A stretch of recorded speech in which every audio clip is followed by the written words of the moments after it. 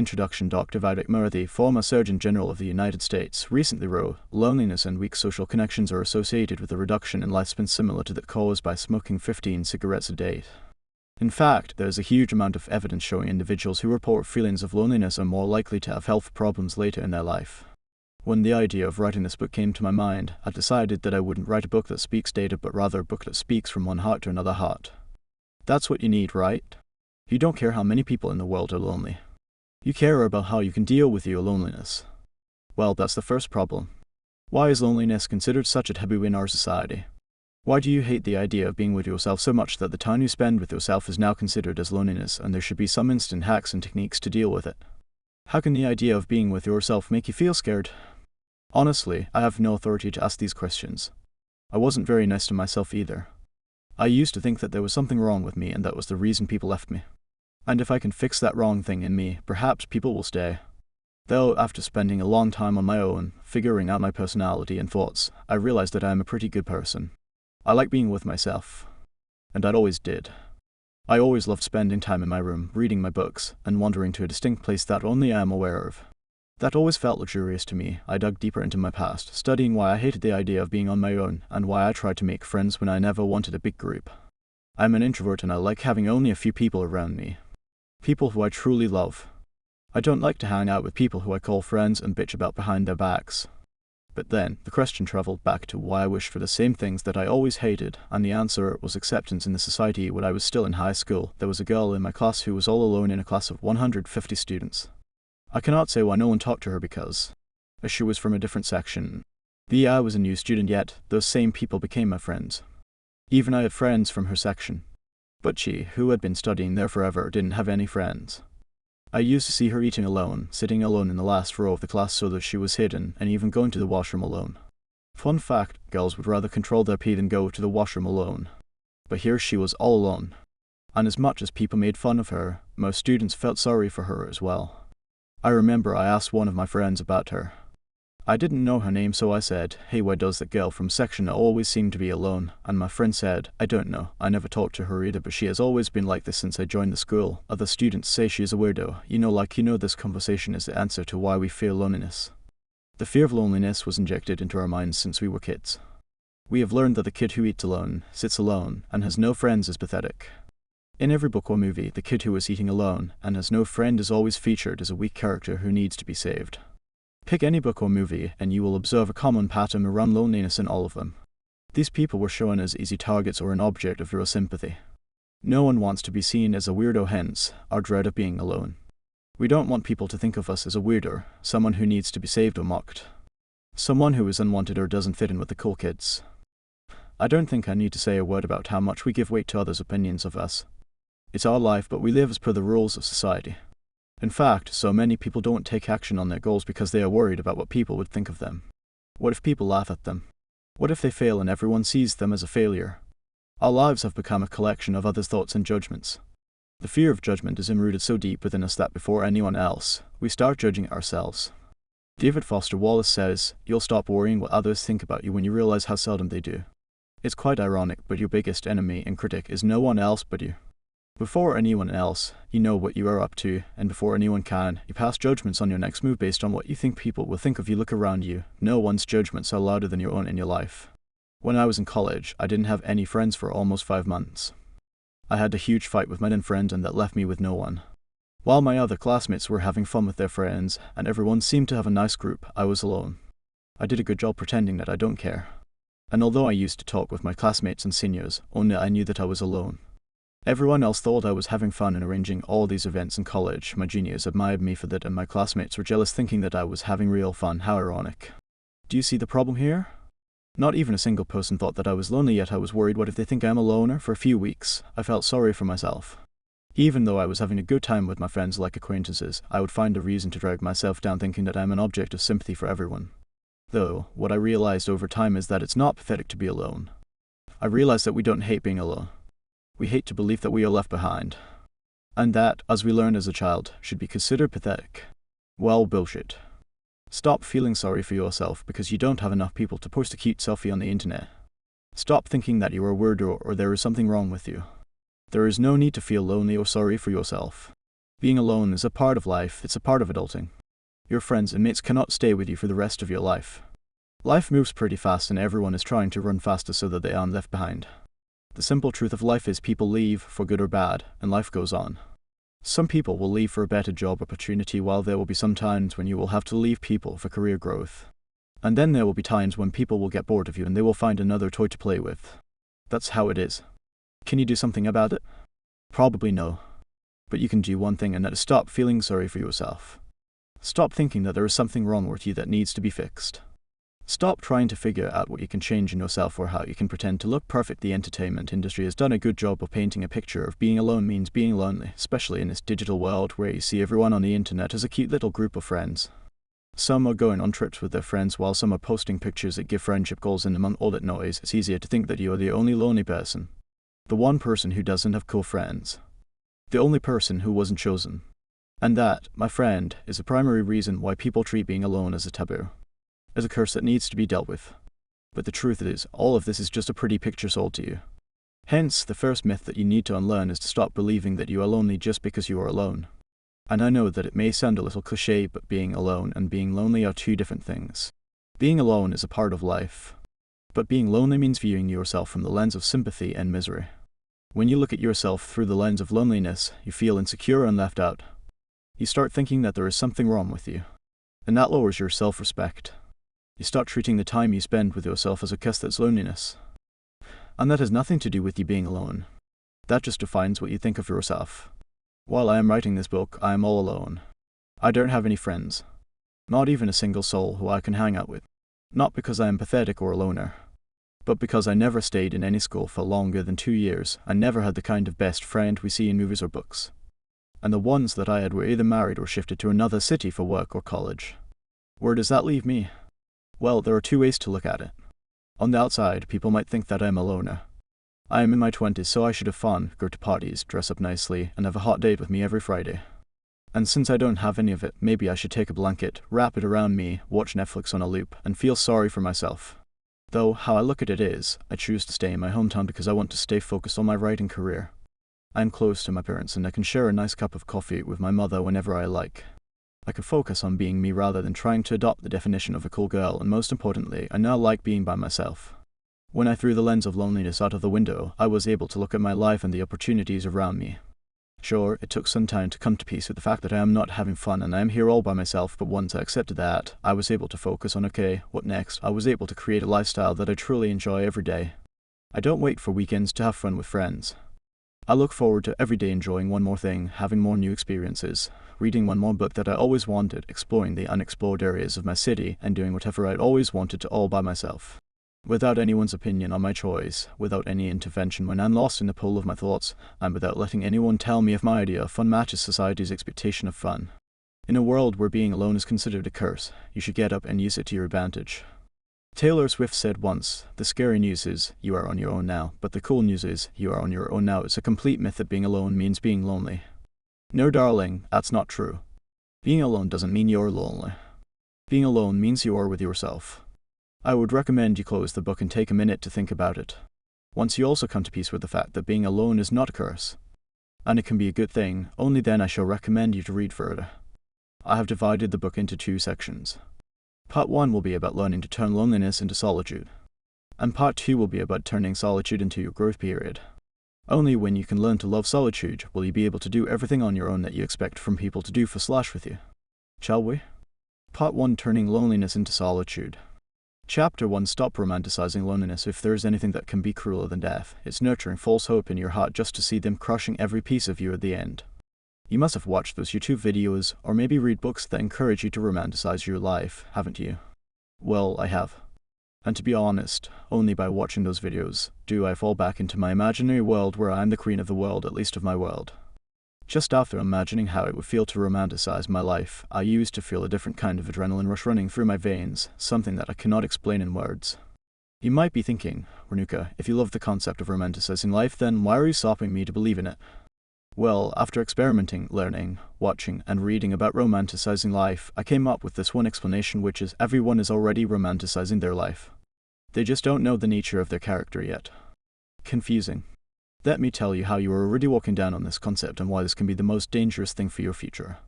But let's first understand what romanticizing life means, shall we? Romanticizing your life means becoming the main character of your life as if your entire day is being recorded. In short, you act like you are in a movie playing the role of the main character. But here is the thing. Consciously or unconsciously, we all act as the movie character behaves. In any typical movie, the story starts with a girl and a boy. Either the girl is broken and finds herself in a dark tunnel with depression, stress, and anxiety, not to mention a poor girl is seen more often, or the same situation is played by the boy. Then the boy comes into her life as the hero who saves her from this cruel world, gives her hope, teaches her how to love, and finally falls in love with her.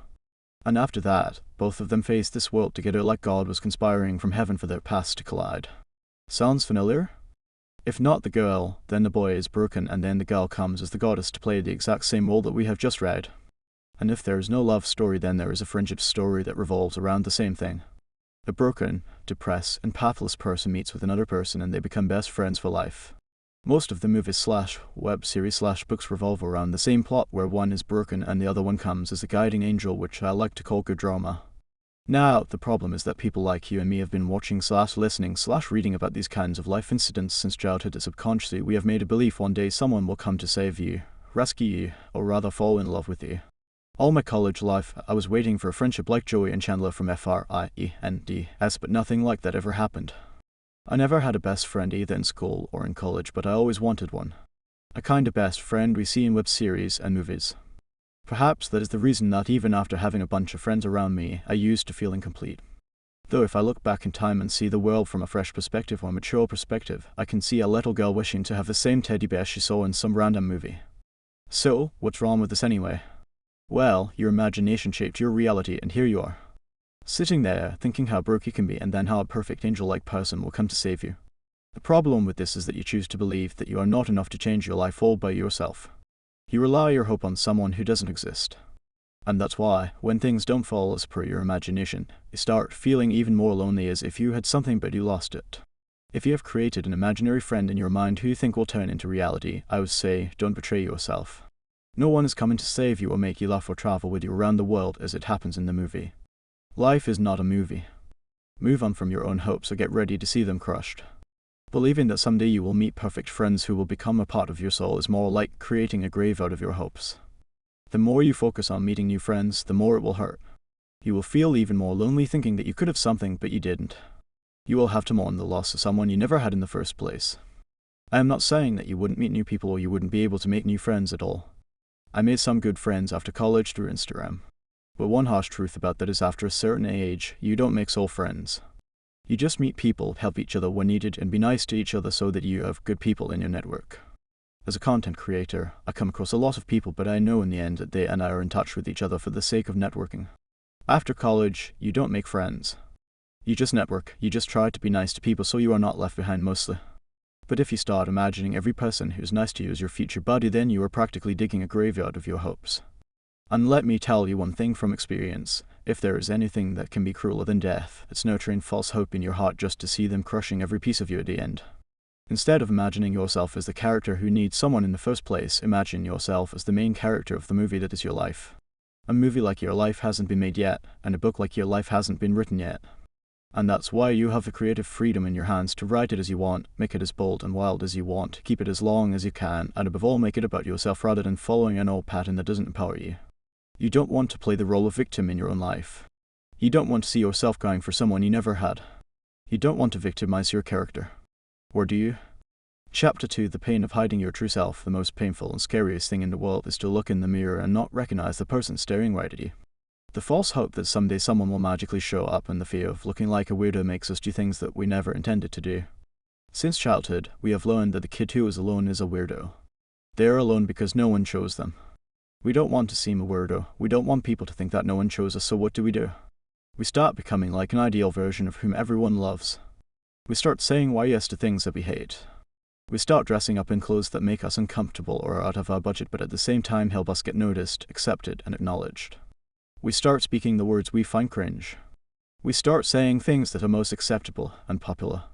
We start doing the things that make us look like everyone else so that we don't come out as weirdo. We, indeed, become an ideal version of a happy, cute little human who everyone adores or at least no one makes fun of. But step by step, as we become like everyone else, we go far away from who we truly are. The more thought you give to what people think of you, the less attention you give to what you want, what you like, what you think, how you would like to enjoy life, and more importantly, what makes you you. It's like becoming a people pleaser without realizing it. The gap between who you truly were and who you have become in the hope to fit in grows so much that even you find it difficult to recognize yourself. And that gives birth to the root of loneliness. People start becoming like the most acceptable version in the hope to find their tribe that they lose their real selves. And that is the reason why we call the time we spend with ourselves lonely. Loneliness is not when you don't have people around. Loneliness occurs when you cannot find yourself inside you. The moment you feel the loss of your real self, that's when loneliness makes a home inside you. That's the worst kind of loneliness, where you might be surrounded by people yet you feel lonely. It's like you cannot feel yourself. Like you are not there anymore. And what's even more ironic? It starts with you trying to become someone you are not because you wanted to fit in. But it leaves you hating being with yourself. And tell me something, how can anyone accept a person who doesn't accept themselves? How can anyone love to spend time with a person who hates spending time with themselves? Where does it leave you? Nowhere. In the race of achieving people's acceptance and love, you end up losing yourself. I have spent the majority of my life trying to be nice to people so that I can be an ideal version. I said yes to outings when I wanted to stay at home and read books. I kept talking and smiling when I wanted to say that I'm tired or I've got some work to do so I will catch up later. I even dressed up when I wanted to go casual. All of it so that I could be what people wanted me to be. However, what I didn't realize at that point was that I may have become an ideal version for others, but what about myself? What do I think of myself? What are my opinions about myself? What do I like and what do I don't? What are my fears? What are some things that I want to do in my day-to-day life yet I don't because I have become an expert in silencing my inner voice? And I know I am not alone in this. We all are the same. Since childhood, we have competed against each other. Whose child is cutest or smarter or more intelligent? Either we try to be a perfect version of ourselves for our parents so that they can be proud of us, or we try to appear cool and fun so that we can be a part of the most popular group in college. We ran in this race for so long that our real selves couldn't keep up with our pace of changing personalities. Our real self is hidden deep inside under the layers of manners and etiquette. We do the things that seem cool instead of trying new things that our soul wants. I am a pro at that. I want to learn a bunch of new things, but I don't have time. Yet if any of my friends call me and share their shit, I will be all ears so that they have a shoulder to cry on. What we don't realize is that just as we stop talking to people who ignore us, similarly our souls stop communicating with us. And one day when you are alone with no one to hang out with or click sassy pictures with, you find spending time with yourself painful. Why? Because there is so much hidden that if you sit down to uncover the layers, years will go by but you wouldn't be able to find the real you. That's why I say, there are some days when you miss yourself more than you have ever missed anyone else. I am no expert in psychology, nor am I a therapist who can talk about what goes inside a human brain. Well, I am a human and I know what goes inside a human's heart. We all are trapped in the same cycle of pleasing people around us so that we are more accepted and appreciated. We ignore what we are feeling because who has time for that? We don't do what gives us real joy because that's probably old school. The burden gets heavier with each passing day. But every day your real self goes far away from you. Your own images become blurry, and it becomes painful to take a look deep inside yourself. I have made these mistakes and I don't want you to do that. So in the next few chapters, we will discuss how you can become all you, which will help you turn your alone time into solitude. Quick question, if you could ask the author one thing, what would it be? Comment below, I'm curious. Chapter 3, How to Be the Need to Fit In, to be like the most famous and cool person, and to be accepted lovingly is inherited in all of us. But how long do you think you can handle this? For how long do you think you could suppress and hide your real identity? For how long are you going to be different from different people? You try to be different for everyone around you. You are different for your partner, different for your boss, different for your friends, and different for your loved ones. And in all of this, the real you is lost. You have lost your real essence, your real self. Imagine yourself as a computer and see how you have opened different tabs of your personality for each person you meet. New person, new tab. Perhaps that's the reason your real personality has crashed. It's not like I am a saint. I've tried hard to change myself into the most acceptable and loving version as well. In fact, there are times when by default, I try to hide who I truly am or what I'm thinking just to present myself as a wanted person. Why? Why do we have to try so hard to get others' attention, and is it worth losing our real identity? And do you know what's funny? After losing ourselves completely, we fall for those self-love hacks. Sometimes I feel like we are kidding ourselves. I'm not a love expert. God forbid. But I know one thing, that you fall in with someone when you get to know them. Isn't it? So let's find you so that you can fall in love with the real you. Shall we? Self-love starts with self-acceptance. I have been using social media like a spy for the past year. During this time, I have seen the growing popularity of self-love, and the more definitions I read on self-love, the less I became interested in even thinking about self-love. Self-love has become more like self-pity. If that wasn't enough, giant companies and clever marketers took advantage of this growing popularity of self-love to sell cute shampoo bottles, expensive perfumes, and things like that. While I will never understand how self-love became about decorating yourself from head to toe, I want to share what self-love really means. A definition that is less accepted and discussed. As clear-cut as possible, self-love is about two things. 1. Knowing yourself, what you think, how you think, what is your true nature, what is hidden behind all the manners and etiquettes, what is your personality, and the like. We will discuss that in the next chapter. 2. Accepting yourself, acknowledging everything that is inside you and accepting it, be it good or bad. Most people hide their ugly side somewhere deep inside them so that no one can know their dark side. However, what you don't realize is that the deeper you hide, the darker it gets inside your heart. And that darkness will swallow you bit by bit until you can no longer find the sunshine. Society has made us believe that we must always be loving, caring, and cute. That's what we see in movies and web series, right? Good people are good to everyone all the time. And we all install a desire subconsciously that there are good humans and bad humans, and if we can fall under the good human category, then we will be loved and appreciated and accepted as well, then. We try hard to be nice. We try to be good to people even when they are abusive to us, because that's what good people do, right? And this trial period keeps draining you, because how can you be good all the time? How can you love others when you are hurt yourself? How can you be kind when you need to help yourself? You keep trying to meet the criteria of being a good person until you kill something inside you. And then suddenly you realize, oh, I need healing. Wow, what a trap. And this reminds me that even though we all want to be good and nice, yet we sympathize more with the villain of any web series or book. Why? Because villains show us that we all can be bad at times, not intentionally, but because we are designed to feel all kinds of emotions. We are not mobile phones where you cannot use Android features in iOS or iOS features in Android devices. You're a human. For God's sake, start treating yourself like one. Villains teach us that our dark side doesn't define us, but it is still a part of us. Since society is not very welcoming with traits that don't fall under the good girl or good boy category, we just try to suppress everything inside us that we genuinely feel, think, and love. I don't know when you or I started silencing our inner voice, but we have done it successfully enough to seek the definition of self-love in the external world. If you ask me, I used to think I'm a good person too.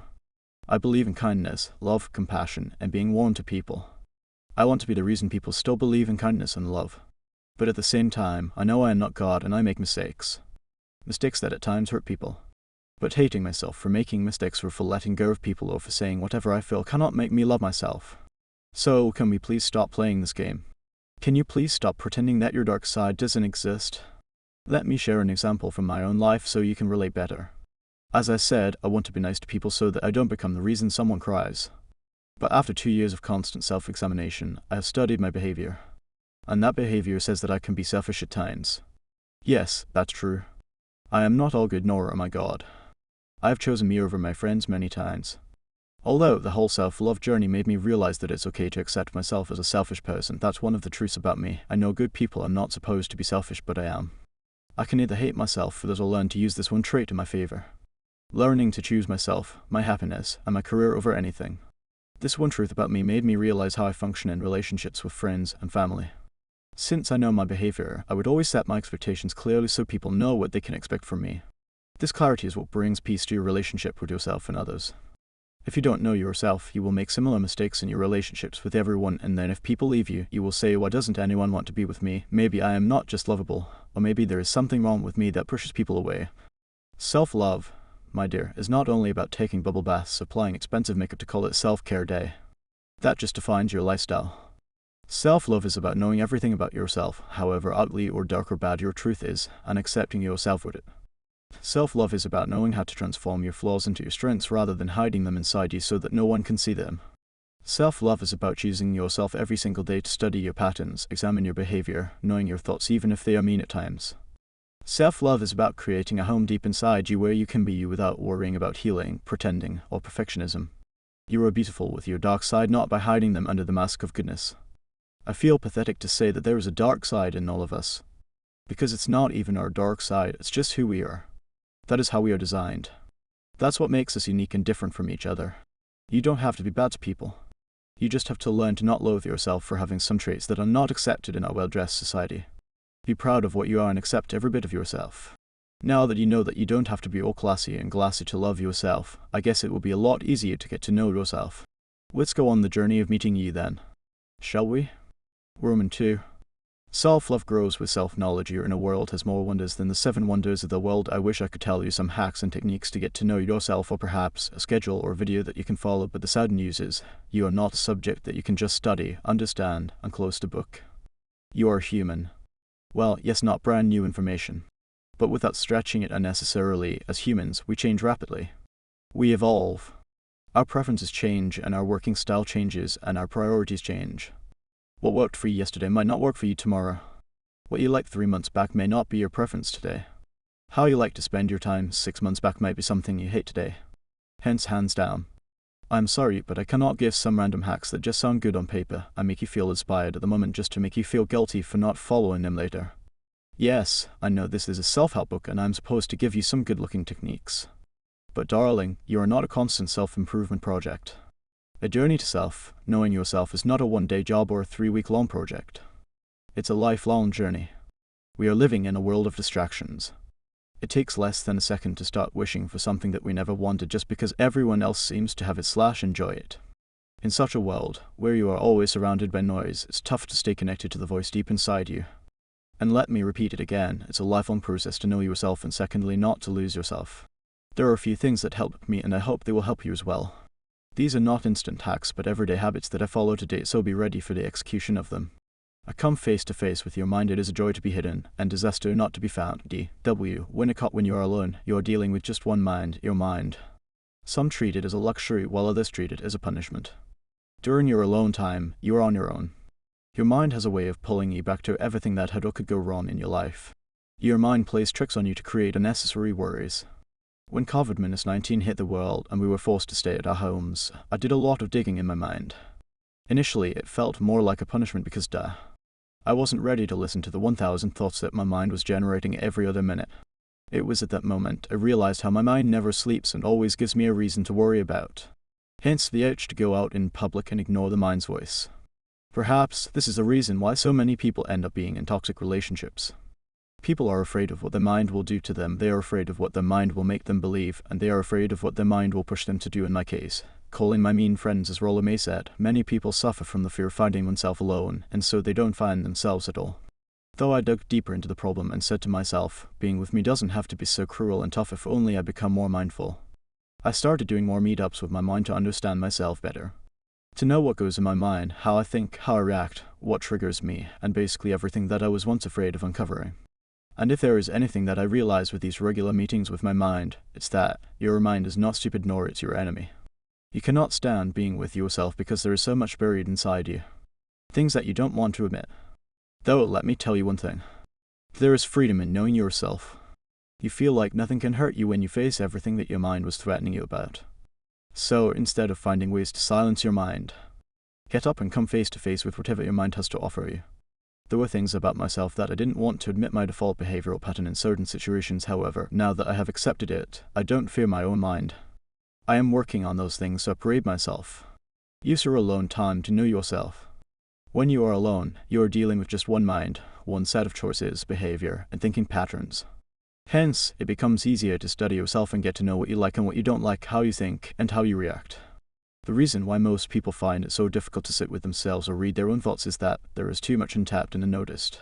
And obviously, years of ignorance have created a vast pool of things that you need to deal with. So, it may seem a little scary when you sit and boom, your mind starts attacking you. One bad thing you did years ago, some regrets and mistakes that are living in your mind rent-free to give you something to worry about on days you finally decide to be happy, or maybe some bad thoughts that keep returning back even when you don't want them. Most people cannot muster enough courage to face it all, hence, the smarter way seems to be to silence it all by throwing short-term pleasure on your face, like watching Netflix or going out with people who you don't like. The simple fact that you don't know yourself is the reason why you accept the bare minimum from people. They help distract you, and this is what you want, don't you? So, yes, there is a lot inside you. But it is all a part of you, so there is no permanent escape. You have to face it all. One day at a time. One thought, one regret, one guilt, one bad decision at a time. And I promise, once you face it all, once you uncover all the layers of your past, once you acknowledge everything that your mind was threatening you against, you will feel free, like you can take a breath without any fear. That's the start of peace. So give yourself the time it requires to uncover what's buried inside you. Everything that you have been ignoring for such a long time. Every thought you are afraid to accept. Every decision that you regret taking/not taking. Set yourself free. It won't be easy, but it will be worth it. It will take some time. But my advice to you is, if you can do one thing, I recommend you to try this challenge. Every day takes at least 10 minutes, 15 minutes to just be with your soul. You must take out some time to know yourself, a time when you don't have to fake it and when you can completely accept yourself without any judgments or fear. Practice, sit with yourself and try to read your thoughts. Read your thoughts like you are reading a classic book. Like you are spending time with the most amazing person on this planet. You can say and feel anything without worrying about what people will say. You can share your trauma or unhealed past as if you are your own therapist. And one day it will become interesting to get to know so much about yourself. You will feel excited to know why you laugh at a certain joke and why you eat a certain dish in a certain style. It will start feeling like falling in love with yourself. Be know thyself. The greatest thing in the world is to know how to belong to oneself. Mitchell de Montaigne. I was in high school when one of my professors said this: you all seem to act too smart, as if you are the kings/queens of the world, while in reality, if I ask you to speak about yourself for as many minutes as your age, 18 minutes let's say, if that's your age, then none of you can speak even for a minute. He continued, and when I say about yourself, I don't mean the worldly tags that you have accumulated, I mean the real you. Back then, I didn't understand what he meant. I thought he was being angry for no reason. But now, after reading a bunch of spiritual books, following the path of spirituality myself, and paying attention to my soul, I have come to realize that you and I are beyond the title of this world. Though, we all have become a collection of tags and labels that we have either willingly imposed on ourselves or that the world threw at us. The tags of a good or bad person, sad or happy, poor or rich, loving or hateful, failure or successful, writer or lawyer, beautiful or ugly, smart or dumb, supportive or toxic. And the list of such fancy tags wouldn't come to an end until the day you die. And death reminds me of birth. When you and I were first born, we were free from all the worldly tags. For us, nothing was good or bad. We were just there at the moment. Perhaps that is the reason why people love babies so much. When you are with a baby, the baby doesn't judge you based on the black and white specific tags. The baby doesn't say, oh, this girl is brown, I wish a young white tall lady was carrying me. The baby doesn't say, I don't want to be around this dumb person who cannot score good grades, or I will be like him. The baby doesn't judge you based on past mistakes, future endeavors, color, religion, or social status. The baby is just a cute little creature looking right into your eyes with curiosity. You make funny faces so the baby laughs, and when the baby does, it makes you so happy as if you have won a Nobel Prize. Why? Why is happiness so cheap when you are around a baby? Why are you so you when you are holding a baby? And most of all, why don't you judge a baby when you look at him? Why don't you say that this baby would have been a little more attractive if he was a little cuter, or born into a rich family? Why don't you compare a baby to any other baby? Because the baby allows you to be you without making you feel insecure about the shape of your nose, the color of your skin, the zeros in your bank balance, or your grades. You can be you when you hold a baby, and so can a baby be just a little human without getting any life advice or judgments from you. The tragedy is we all were babies once too. We all used to spread love with our smiles whenever anyone took us in their arms. We all were once complete and beautiful. And we used to make other people feel complete and beautiful too without giving them any tags. I cannot say exactly which concept, incident, or system made us question ourselves and others, but somehow we lost. We lost our capability to be happy for no reason, to feel beautiful, and to not judge ourselves or others. It may have all started when we started accumulating tags from the external world. The more tags we collect, the faster we start losing our authentic selves. Society likes to put you in a box because it is easier that way to market products. If you are black, buy this fairness cream, and so on. And it is even sadder that you start treating yourself and others as a tag. But enough of this stupid system that likes to cage everyone. This system is stupid because no one is happy. And I am here to beat that system. It starts with you and me. And to break that system, here's what we can do: free yourself and others. When I was around 10, there was a death in my family. It was my grandfather's brother's wife. And I remember one of my relatives was talking about me. She said I don't look as good as other girls in my family do. Can you imagine? There is a dead body and people are busy judging you. What do you think I must have felt?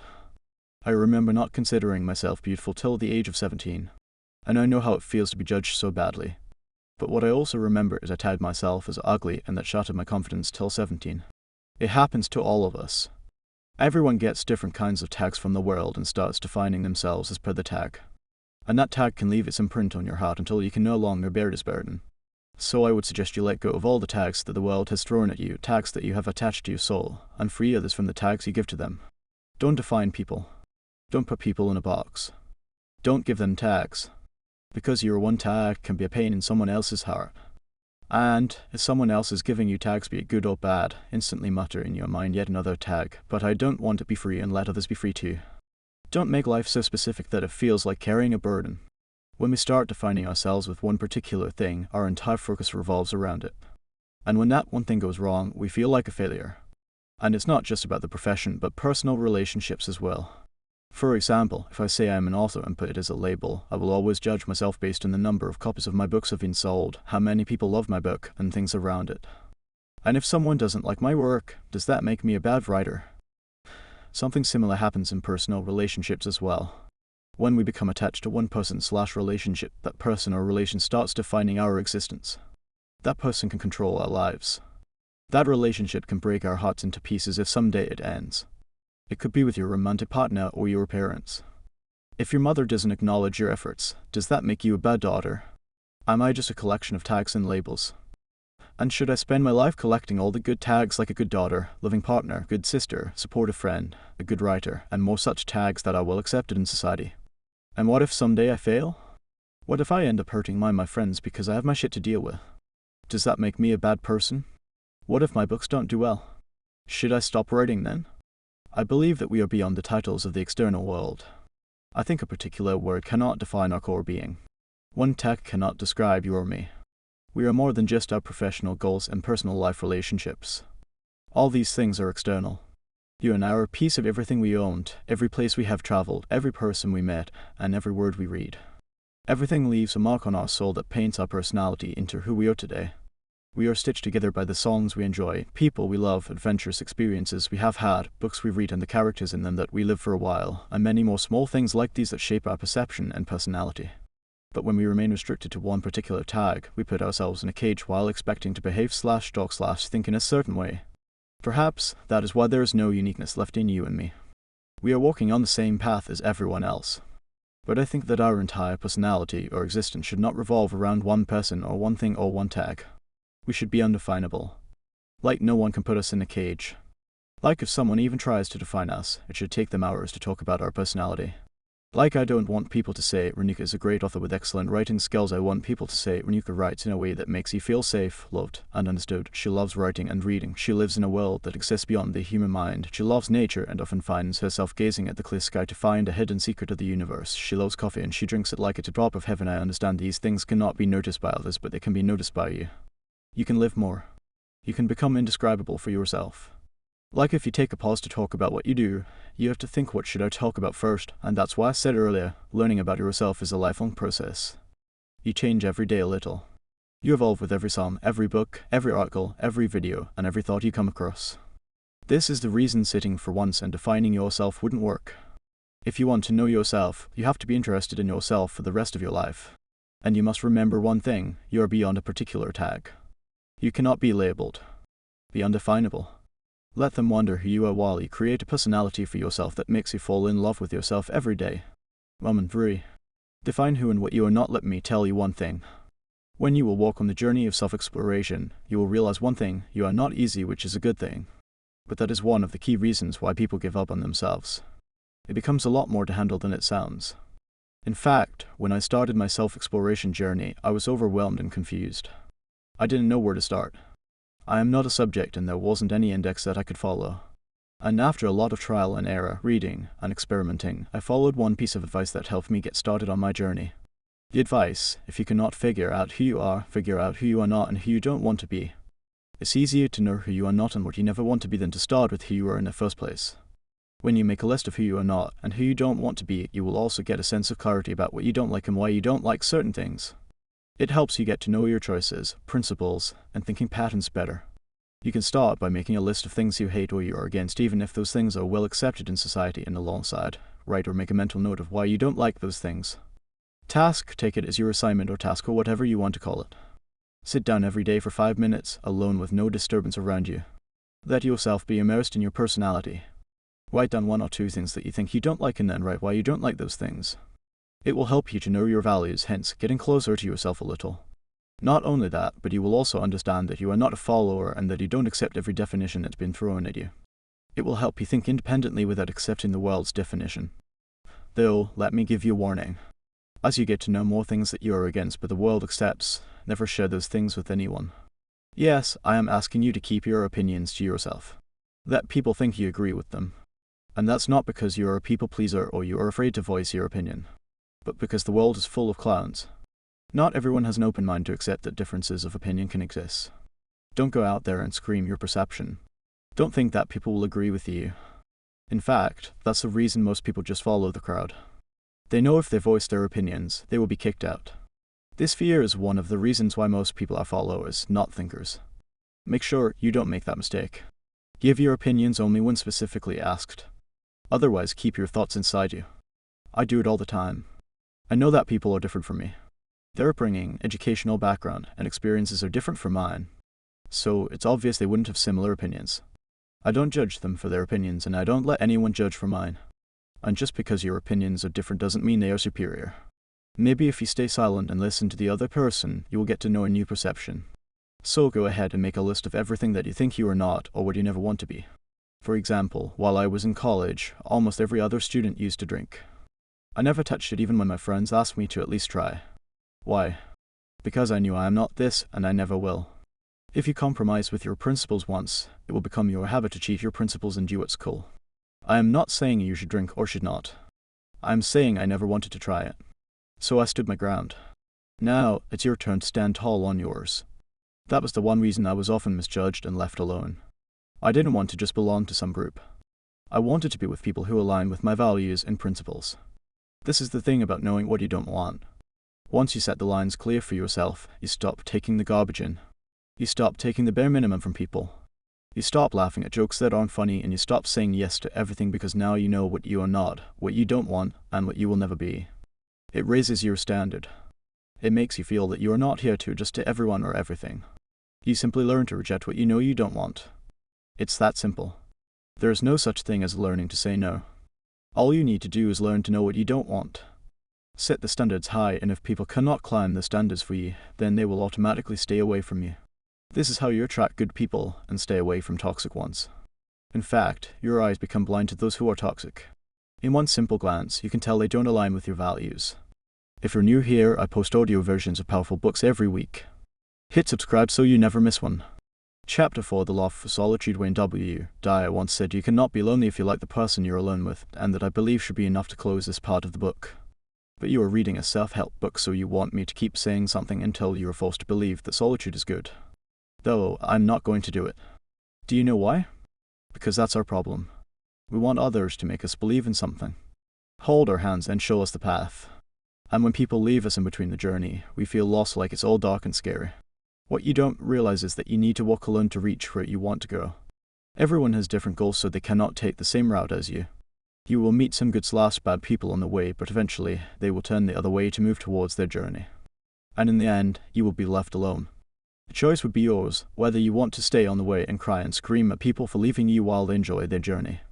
Or do you want to keep walking and get closer to your dream destination? In both cases, you will be alone. But the choice of crying and seeing yourself as a helpless person, or to keep walking and enjoying the journey, will be in your hands. After 5th grade, I never stayed in any school for longer than 2 years. I kept switching schools until college. Being an introverted and extremely underconfident child, it was already quite tough for me to make friends. And when I would finally make one friend who could turn into my best friend, I would have to start from scratch again. I had a really close friend in high school who is now married, but I had to leave her because I changed school. Then I had another really close friend in +2, but then it was time for me to leave my hometown and shift to another city for college. And then, as God was creating a perfect illusion, I met my then best friend on the first day of college, who was also my roommate. For 5 months, the two of us were such great friends that even professors knew that we always stayed together. And for the first time, I felt like I found a best friend. But then I got really sick and had to come back to my hometown for 15 days. When I went back after 15 days, I was already replaced. I knew that now I no longer fit in her definition of fun, so boldly I asked her to pick either her new friends or me. Well, you can imagine the rest. I was alone for almost 4 months back then. I met some new people after this 4-month gap, and long story short, they became some of the most amazing people I ever met. I met my girl gang, who I still miss. These girls made me understand that women uplift each other and women need each other more than they need men. Society tricked us into believing that women are women's biggest enemy, but honey, you cannot even imagine what a woman can do for another woman. Now back to my point. When my college life came to an end and I came back to my hometown, obviously we had to leave each other. I was with my friends for a short period, but leaving them felt like leaving a part of me for a while. When my college life ended, I thought distance cannot come between true friendship. This is what social media gurus say, right? The initial few months were great. My friends and I used to connect every now and then to gossip about our college, remember the stupid things we used to do, and share our general life updates. It was going well until after a few months, every one of us got busy with our work. And even when we tried to take out time to have a call, we somehow ran out of topics to talk about. Our lives, profession, and environment were now different, and so were our priorities. It was in those moments that loneliness started hitting me. And I know even though I have said that loneliness and being alone are two different things, and I still stand by my words. But it is also true that your heart misses people who made you feel at home just by their presence. Their stupid jokes, their gentle touch, their inspiring words, and their hidden care and love. It all makes you miss them. Missing the people who you cannot be with anymore. And realizing that you wouldn't be able to meet the people who were a part of you creates loneliness. Though, what I realized is that people are on and off in everyone's life. They come and go for good or bad. In case you didn't understand, I meant that after watching this great web series and movies on friendship and romance, we are just manipulated into believing that there is something called forever. However, when your own friends or partner leave you, you feel betrayed, lonely, and incomplete. You and I have nourished a belief that people have to be available for us 24/7. But real life doesn't work that way. People aren't ambulances who can be available to you whenever you want. They have got their own shit to deal with. They have got a career to work for, a family to nurture, a goal to achieve, and a few breaths to inhale in silence. And this was one of the harsh truths that I had to accept when my college life came to an end and I had to say goodbye to my friends.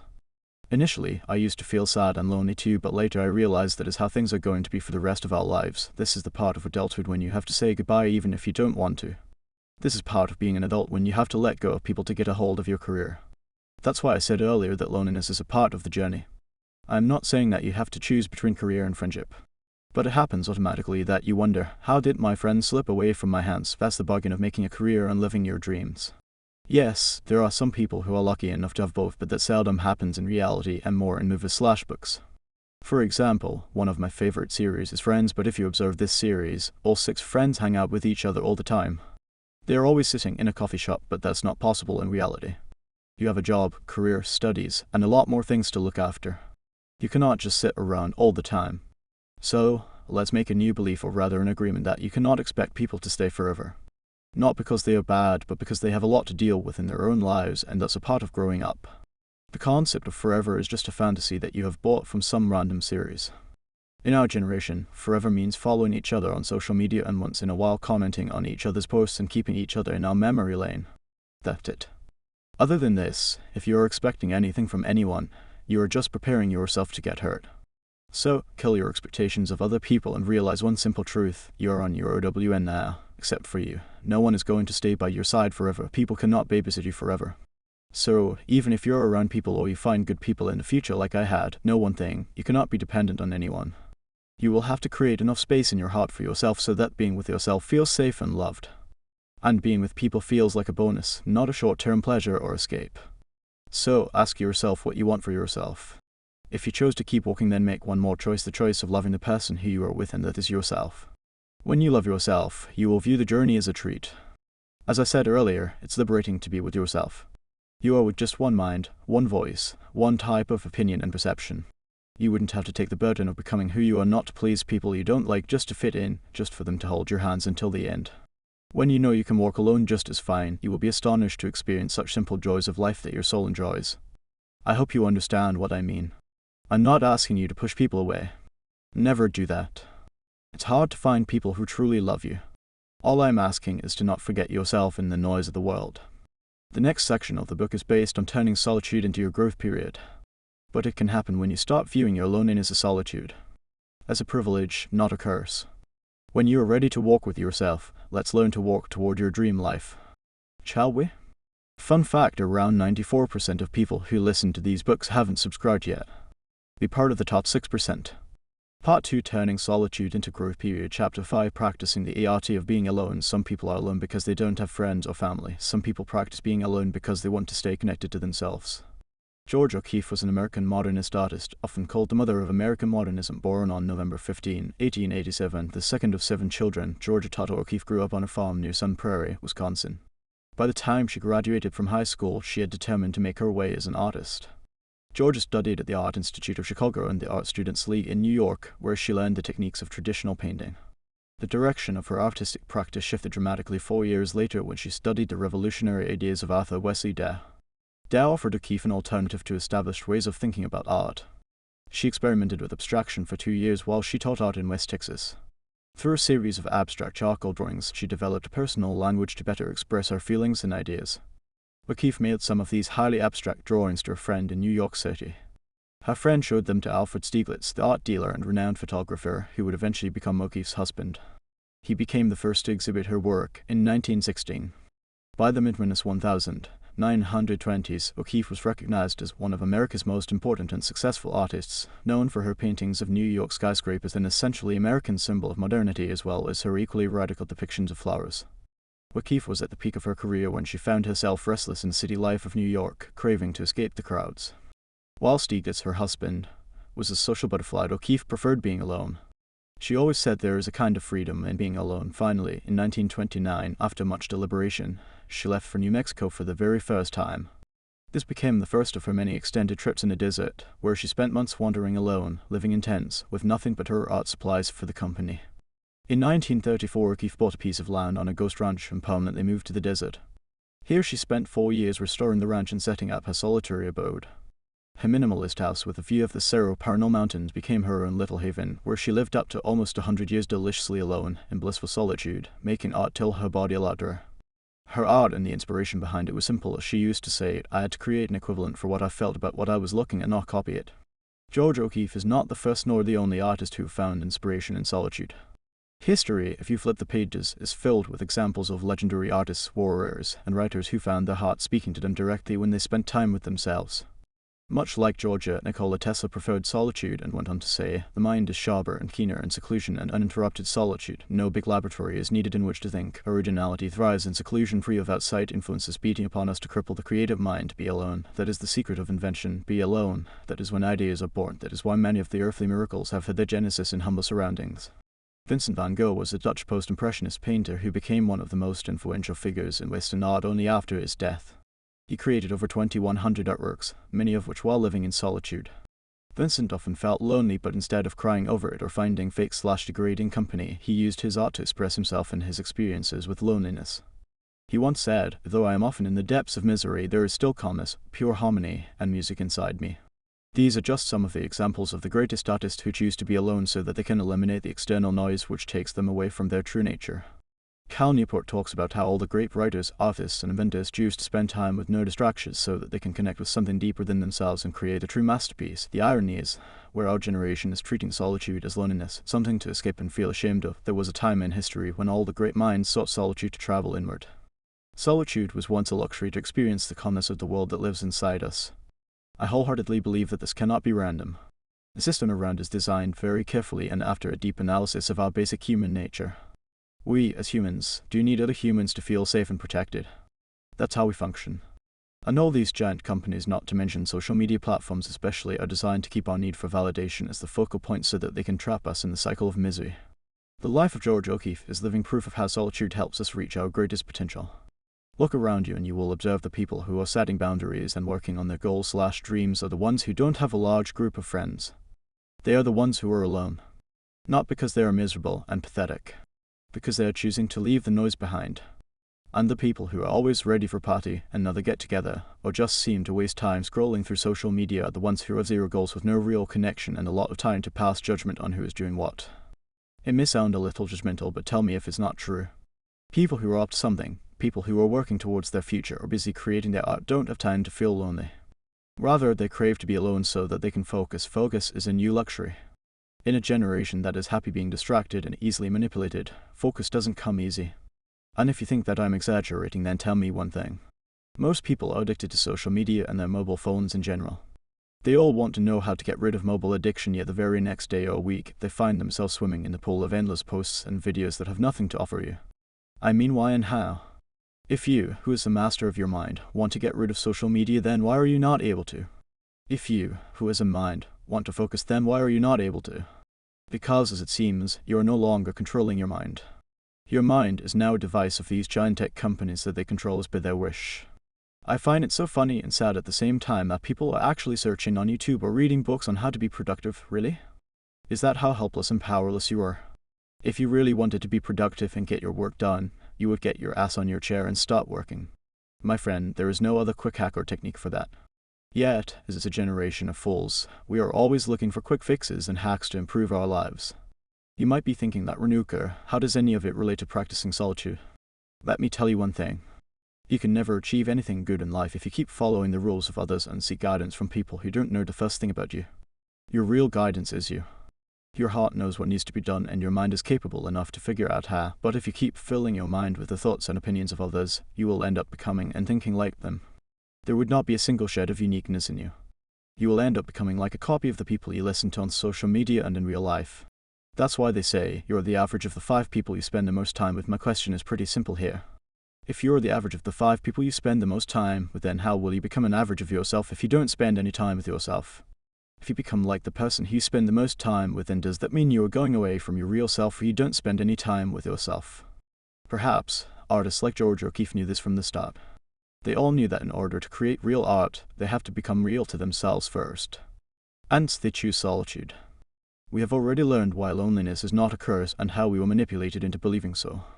But you need to learn that solitude is the only way to create real art. Sure, you and I cannot leave everything and everyone behind and shift to Mexico, where you and I can consciously choose to spend some time with ourselves so that we can become more like ourselves. At least we can touch the reflection of our true personality and experience the luxury of our minds. Let's first learn how you can practice solitude and why, and then how you can use your alone to grow yourself. 1. Digest, reflect, and reset. Okay, weird question, but tell me honestly, has that ever happened to you that someone presented your favorite food and you ate more than your body could take? And then you felt so stuffed that even breathing became like a task. Now, if someone asks you to walk 10 km in such a situation, would you be able to? Probably not. And I am speaking this from experience. Something similar happens with our brains. Excessive eating can make you feel tired, sluggish, or exhausted. And if you eat junk, then sometimes it even causes vomiting, stomach ache, or worse, food poisoning. All in all, it's very obvious that what you eat, you will produce. In simple words, junk in, junk out. So it's safe to say that by eating a burger, pizza, and fries every day, you cannot expect to build a healthy body, right? So you are smart enough to understand this much. Okay, good. I expect you also understand that you cannot force your body to eat constantly for 2 hours. I mean, it's a dumb question, but I'm just making sure that we are on the same page. You eat, you feel stuffed, and then you don't eat for another 4 minutes, 5 hours until you feel hungry again, right? Well, then why do you treat your brain like a dustbin? Why do you keep consuming content either through social media / videos / books like your brain can take it all consistently for hours? Why do you expect your brain to work creatively when it's so filled with garbage that even thinking straight feels like a task beyond your capacity? Just as eating junk food doesn't give you abs and a healthy body, similarly, consuming junk-worthy content wouldn't make you any smarter. And just as you don't feed your body with food for hours, similarly, you cannot feed your brain with information and knowledge, or it will extract every bit of mental power and make your brain sluggish or drowsy. I don't know how to make it simpler, but your mind will give you what you give to it. Junk in, junk out. And by consistently feeding your brain for hours, you will end up destroying your basic mental capacity. Just as your body needs the time to digest what you eat, your brain also needs the time to digest what you consume. And that time is the period of conscious solitude where you choose to sit alone to let your brain digest whatever you consumed without any disturbance or external noise. There is so much information and content out there, so much advice and hacks, and so many people and their own different opinions and perceptions that if you don't put a brake on it, you will end up drowning in this vast sea. We are constantly consuming information from the outside world, but we never give our minds enough rest to digest what we have consumed. You are surrounded by so much information, opinions, and data that even you don't know what's entering in your mind. We listen to something powerful or something said powerfully and start believing it without using our brains. It doesn't matter what the content is, positive or negative. What matters is you don't think anymore. YouTubers, podcasters, authors, or social media influencers are also people, not God. Hence, it is not essential that what they say is correct or suitable for your life. Eliminate what doesn't make sense to you. Don't just consume content and say, oh my god, what a video or what a podcast. Think before you let any advice or thought to sit in your mind. If you never leave your mind alone and constantly fill it with garbage and others' opinions, you will be nothing but a collection of your external world. There is a world inside you too that you need to travel and explore. Your mind has a unique thought process and opinions as well that you should pay attention to. Tell me, if you never sit alone to listen to the voice inside you, how will you ever know what is going on inside you? The thoughts that enter your mind when you are alone and disconnected from the world are the thoughts that actually reflect who you are, what matters to you, and what's your thought process. Sitting alone is tough. I know. Especially for people who have a great deal of practice in laughing at stupid TikTok videos that wouldn't matter after a second. You have trained your mind to live on cheap entertainment. You have trained your mind to numb itself as you waste another 2 hours scrolling social media. You don't feel tired when you see your mobile screen for hours, but you feel tired when it comes to studying, learning new things, or working on the real stuff. Then you feel distracted. Why? Because that's how things are designed. You don't need to focus on laughing at stupid jokes you see on social media or be lost among trending videos. That's why it's easier to enjoy social media. And that's the same reason why your mental muscles are getting weaker. You and I are practicing every day to not practice focus. Read that again. All I can say is, sitting alone will be tough initially. But it is the need of the hour as well. You need to give your brain the time to digest what you consumed. Reflect on what is important and delete what's not, so that there is enough space again to feed your brain again. You need to give your mind the time to reset and let it be alone for a while to create your own world that is unique, artistic, and known only to you. You need to choose to sit in solitude, feeling the freedom that comes with your company, and let your mind take some rest from the noise of the external world. Otherwise, as I said earlier, you will end up becoming an average of your surroundings. The time you spend with yourself will help you to filter out the garbage, curate your own opinions, analyze your thoughts, and study your beliefs. In simple words, detox your brain every day. 2. The art of getting bored. When I was starting my journey as a writer, I used to watch and read the interviews of famous authors. And one thing was common in all of them. They all said the best ideas come into their mind when they are not looking for them, or not doing anything at all. It's not just the authors, but if you ask any creative or artistic person, you will get the same answer. And I always thought that it was impossible until it happened to me. We are always busy. One task after another. One email after another. One video after another. One thought after another. The cycle never ends. We never take a pause to reflect on who we are becoming, what we are losing, what we are thinking, or what our thought process is. When you are just taking outside information without thinking about what you are consuming, you end up doing, thinking, and becoming like your surroundings. And then you complain about not having creative ideas. When I started spending more time alone, I gave my mind much needed rest to relax and recharge while decluttering the unnecessary information my mind has stored. And trust me, in the most unexpected moments, I started getting such beautiful ideas that I never thought were possible for a person like me. I used to think I am dumb, so it is the relaxed mind that generates more ideas than a stuffed mind which is so full that it might throw up in the form of stress. If you keep feeding your brain with something all the time, then you are leaving no room for your brain to digest that information. It's proven that your brain needs time to process that information. And when there is no gap, it all becomes a mess in the brain. That's the reason why some people feel tired all the time and why they cannot focus and why creativity seems to be far from their reach. In a world filled with major stressors and to-do lists, it can be difficult finding time to just do, well, absolutely nothing. And this is the biggest reason why you should find some time to do nothing. In Eat, Pray, and Love by Elizabeth Gilbert, she introduces an Italian concept, dolce far niente, the sweetness of doing nothing. Doing nothing means doing absolutely nothing. No mobile or social media. No book or gossiping. Just you in the moment with no hidden purpose. It means slowing down without hurling your mind in multiple directions and just being. The sweetness of doing nothing or the art of getting bored is somewhat similar to me. Our world is full of cheap entertainment. As soon as you feel bored, you open Netflix or watch a bunch of people dancing or doing weird acts on social media. All in all, entertainment is at your fingertips and you access it at any time. But that is making you weak and numb. We wear busy as a badge of honor.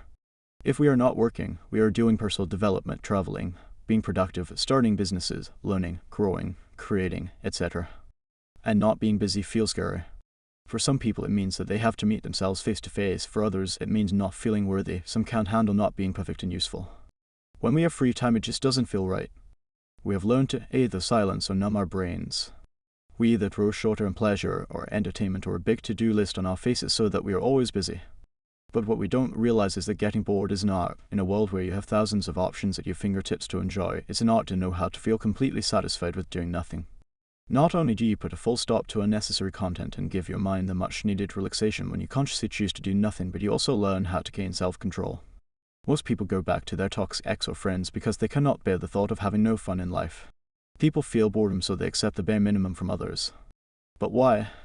Getting bored is more like a form of meditation. You do nothing. You sit alone with yourself. The only condition is to be aware of your mind. Don't let your mind slip back to negative thinking or self-sabotaging.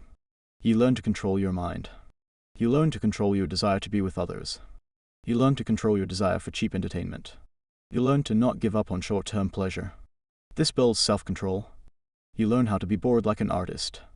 And then your mind rewards you with the most amazing creative ideas. The kind of ideas that you never expected. You cannot get out of the world ideas when you are spending all your time doing something and not letting your brain communicate with you. You wouldn't get creative ideas just on your first day of practicing the art of getting bored. The first day will feel like a total waste of time, and probably you will curse me. Your mind will play tricks on you, reminding you why you are not enough or something bad from your past, and before you know, your time of getting bored will turn into overthinking. But that's where you need to learn to be an artist. As you practice the art of getting bored, you leave your mind free to wander the distinct world inside you while being fully, completely, absolutely aware of where your mind is leading you. Just when you realize that your mind is dragging you down, you take back control and perhaps consciously choose to think about something else that relaxes your mind. It's an art, so it will take time. But not only will it make you more creative, but it will also teach you how to become the master of your mind, how to control your desires, and become more patient and calm like water. 3. Learn to belong to yourself. Knowing how to belong to yourself is an art in a world where everyone is finding their home in others. I might sound a little rude, but here is a truth about life. Nothing stays forever. People who you love today will leave you, or you might have to leave them, or they might change. People cannot stay by your side 24/7. We have built a world where chasing success requires going miles away from family and friends, shifting to a new city for a new job, or leaving home for college. Life and people change. Our priorities change. And in that case, if you never learned how to belong to yourself, you will end up feeling lonely every time someone leaves you. You should keep your heart open for your loved ones so they can walk in and make you feel loved. You should enjoy the company of those you love. But you should also learn how to enjoy your own company. For example, one of my friends has been in a relationship for the past 5 years. Her life revolves around her boyfriend. Her boyfriend had to shift to another city, which is about a 12 hours drive away from her. She called me yesterday and said, "I don't know what to do without him. My life revolves around him, and now that he's away, I feel so empty." I will say the same thing to you that I said to her. Make your life like a garden where you have all types of people and interests and hobbies so that you always have something or someone to love and receive love. Have friends you adore, enjoy the hobbies you are passionate about, water your plants, and love your pets. Create things and build that relationship around you that keeps you excited so that love is always around you in every form. Life will be more colorful that way. Learn to belong to yourself without feeling the need to be with others. Where there is a need, there is a settlement. You will settle down for less. But when you are satisfied with yourself, being with others wouldn't come out of your desperation, but rather a real and genuine connection based on love and care for one another. People you can select rather than living at the mercy of others to be selected. And if you want to learn how to be satisfied with your own life and build a life that makes you feel proud of yourself, let's learn to use your alone time to turn into your growth time. Shall we? If you found value in this, please hit the like button. It really helps the channel grow and brings more books to you. Chapter 6: Turn Loneliness into Growth. The other day I was reading Garden Spells, and I really liked a quote from the book that says, "You are who you are, whether you like it or not, so why not like it?" I believe this quote holds true in all areas of our life. You are alone, whether you like it or not, so why not like it? And if you cannot find a reason to like it, then create some. You cannot expect life to throw reasons for you to be happy, cheerful, and successful. If you want something, you go get it. When I came back to my hometown after college, I knew nothing. I didn't know what my passion was and how I was going to make a living out of it. I was alone, desperate to achieve something without having any specific skill set, with societal pressure hanging on my head 24/7 to prove my worth, and absolutely no one to talk to share how I was feeling. During those few weeks, I was so consumed by self-doubts and pity. Today, when I am writing this book, if I look back, I can see that the only person who was missing from my side was me. And it's not just the case with me, but you as well. When it comes to supporting others, we stand tall with them. When it comes to encouraging others, we somehow give a perfect speech that is worthy of featuring in a TED Talk. When it comes to bringing others back to the positive side of life, we all become part-time motivational speakers. However, when it's time to support ourselves, we somehow manage to leave every bit of joy behind and push ourselves into a dark tunnel of self-sabotaging. Why you and I don't have enough courage to stand by ourselves? Why has no one taught us to first be our friends? Well, if no one else, then today let me tell you how to be a friend and how you can use your alone time to turn it into your growth period. Chapter 7: Make a new best bud. I'm in my 20s, and as per the standard set by society, I'm supposed to just have fun, date random guys, dance to a song that I don't understand, and call it living life. But hey, I don't want any of this. I'm the kind of person who wants to be successful, have everything I set my mind on, and make money, but at the same time, I wish to live a slow life in a small village in Scotland. Quite amazing, right? However, as I said, the path to success is lonely, and you can either choose to hang out with your friends every other day, or you can be focused to achieve your goals. Your friends may not have similar goals as you. Or when you want to study and they want to have fun, you need to choose one. Just to be clear, I didn't have much of a choice after coming back to my hometown, so obviously I settled for the latter option. I decided to dedicate myself to my goals. I decided to live for my dreams. I decided to turn my imaginary world into my reality. I decided to make friends with a friend who will last as long as I want. A friend who will help me get closer to my goals. A friend who will make me feel important and confident every day. And I still have that friend with me at every stage of life. It's tough to maintain the friendship, but it's worth every effort. And I am asking you to become friends with my friend as well. You will be tinks happier than you are now. Want to know who that new friend is? I am asking you to become friends with your goals and dreams, with success and achievements. I am asking you to start fresh with yourself. I am asking you to look at your alone time through the lens of a highly successful person and think about how they will use their time. And if you think about it, it's neither loneliness nor solitude. It's just time. How you view it will decide what kind of label to put on it. And that label depends on your mindset. So, yes, I am asking you to change your mindset. Transform your perception of loneliness. Look at it with the lens of your own future version who is highly successful and expecting you to use this time to grow yourself, work on your dreams, get closer to your dreamland one step at a time, and feel empowered as you think what all can you do for yourself in your alone time. It's honestly that simple.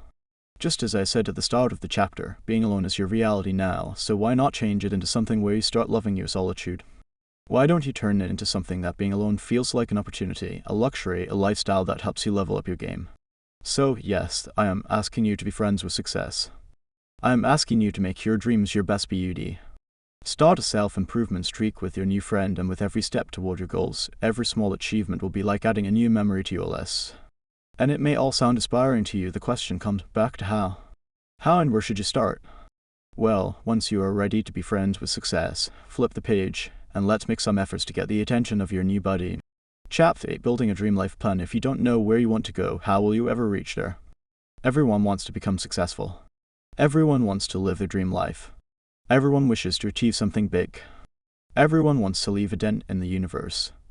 But if I ask you, or you ask anyone around you, what success looks like to you, either you wouldn't have an answer, or you will say, well, I want to make a lot of money, live in a nice luxurious house, give my parents and loved ones a comfortable life, travel across the world and be happy. How funny and sad at the same time.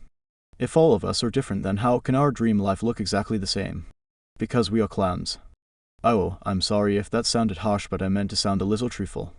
You and I are manipulated into believing that success means a big house, lots of money, and aesthetic pictures from vacations. And don't worry, I'm not one of those people who will tell you that there is something wrong with dreaming about making money. No. Darling, I love money.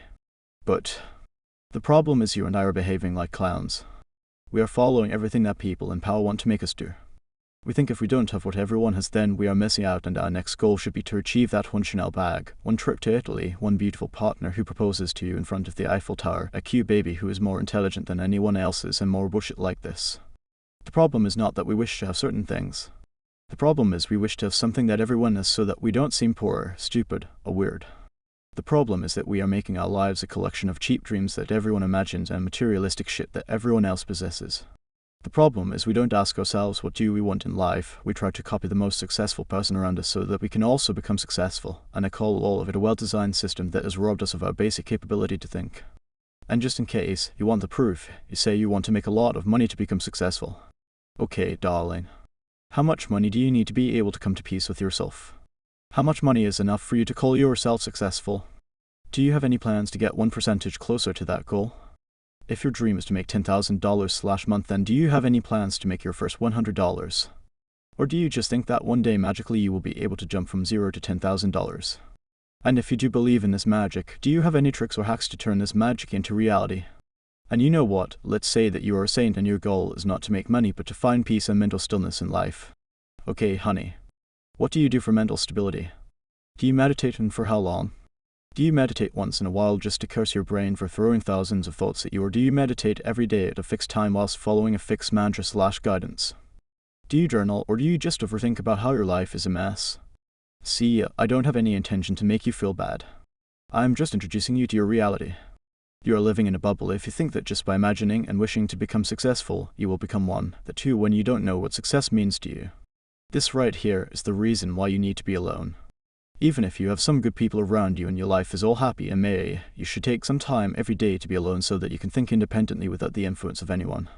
Remember what I said earlier in the first part. When you are alone, you are dealing with just one mind, one opinion, and one perspective. And since you have never been alone, or at least never embraced it, you don't know what you think about anything. You are following and accepting whatever the world throws at you. This is one of the reasons I started spending more time alone. When you spend time alone, it is only then you will come up to know what your soul truly desires. When your soul speaks to you, it speaks with no manipulation, hence you get to know what you truly desire. I was done with asking people to guide me. I was one of those people who could never make a decision on my own. I was so underconfident about my opinions that if I had two choices before me, I would spend eternity just to pick one. I have been there. I always sought people to tell me what was good for me. When I found myself alone with a pool of decisions that were waiting for me, I realized how dependent I was. I realized that I don't trust myself enough to make decisions confidently, and how I wish it was restricted to only me. The core reason why we follow the crowd is that we don't trust our decisions and choices. We are afraid at every step, so it feels safer to trust the crowd. We don't choose to walk on a new path because it seems less crowded or rather alone. But enough is enough. Aren't you tired of wishing to be like everybody else? Aren't you done with keeping up with this race of looking beautiful where beauty is such a vague yet same definition for all? Aren't you exhausted with trying to achieve success when you aren't enjoying the process in your day-to-day life? And most importantly, aren't you afraid that you will waste your entire life doing what everyone did just to realize that you never lived or did anything that you wanted?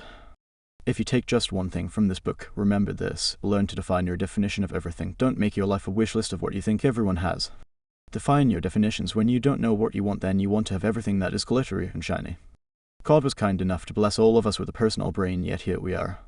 We have switched off our brains and blindly follow what the world expects us to do. And then we wonder, why am I not happy even when I have everything I dreamt of? Maybe I should make a gratitude list just like everyone suggests to count my blessings and remind myself how lucky I am. Darling, it's time to switch on the button of your brain so that your inner light can guide you. And how are we going to do that? Well, simple enough. Just as we have practiced following the rules and fixed definitions of society, now we will learn to create our personal rules and definition of everything. I mean, it's ironic how people always find something to give a personal touch to, even coffee mugs, but forget about their life. But better late than never, right? A few days ago, I shared a post on my Instagram account about finding joy in your day-to-day life. And one person commented that, and I quote, "Still, I don't understand, what should I do for my happiness? This shows how much distance we have grown from ourselves. In the race of finding people, we lost ourselves. And if you are expecting that I can give you some hacks or techniques to help you find your happiness or success, then I'm sorry, you are free to burn this book. I cannot tell you what to do. I don't know who you are, what's your history, what makes your heart beat faster with excitement, what feels joy to every nerve of your body. I don't know any of it. No one knows. And even if I tell you a few hacks, then maybe you will give this book 5 stars and feel motivated at the moment. But after a few days, you will forget about it. Why? Because it didn't come from you, so it didn't fit in your life. You need to sit down and start defining things for yourself. Do you want to be happy? Great. What does happiness mean to you? Dig deeper and figure out what are the things that make you happy and how you can add a little dose of happiness to your day-to-day life. Don't find your happiness on YouTube or in any book. Find it in your heart. Do you want to be successful? Fantastic. Now ask yourself, what does success mean to me? What is your definition of success, and how do you imagine living your successful life? Are you successful professionally, or do you want success in all areas of your life? Let your definition of success be your compass. You cannot build your life by walking in someone else's footprints. Your life is your treasure. Your life belongs in your hands. You should take charge and start defining everything for yourself. Enough of living like a slave who blindly follows everything.